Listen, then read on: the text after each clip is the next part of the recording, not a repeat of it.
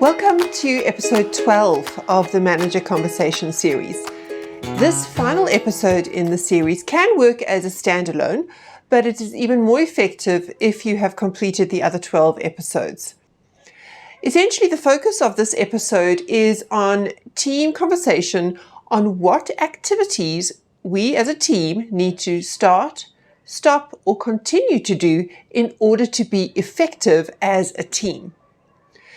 This might be a reminder of some of the other activities that you have done in the conversation series, and as such can be a check-in point on that team effectiveness process.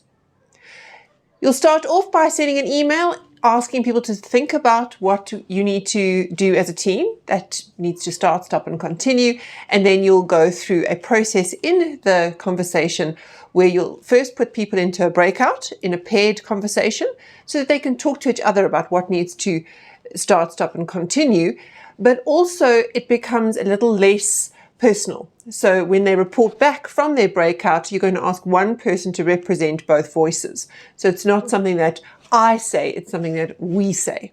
And that can just create a little bit more safety in the vulnerable sharing. So what do? We have that conversation as a pair, we bring it back into the plenary, and then you'll again capture using that whiteboard function or screen share if you're in another application, or just make sure that you hear from everybody what needs to start, stop, and continue. The final part of the activity is then to consolidate on what will we do, actual plans that we can put into action to make sure that we do, in fact, stop something.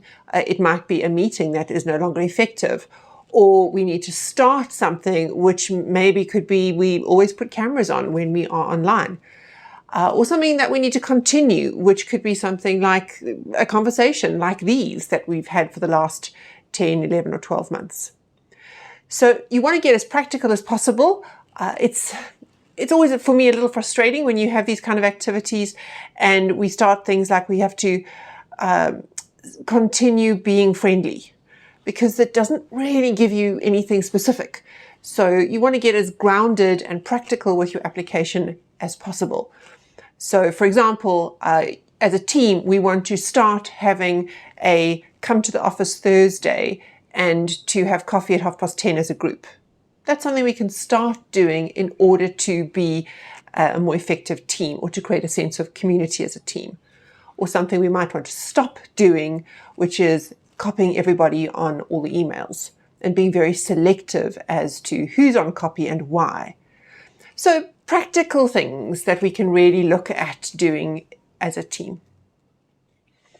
If this is the last conversation that you'll be following in the conversation series, then do make sure that you thank your team for their participation and reflect as a group on what this has been like as a 12-month conversation series that you've followed.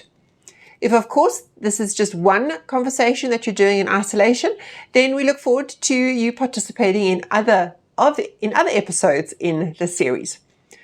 And just to wrap up then, Inspired Leadership has provided these manager conversations because we really believe that managers play such an important role in creating an environment that fosters the best performance of the team. And we do that on a much larger scale than these conversation series. We actually hold Inspired Leadership learning journeys for managers who need to learn the skills to be inspired leaders. So these are the behaviors that we've started to just touch on in the conversation series. And we'd love to share more about what we do in order to deepen your skill set, to grow your mindsets, and really equip you as a manager to be an inspired leader.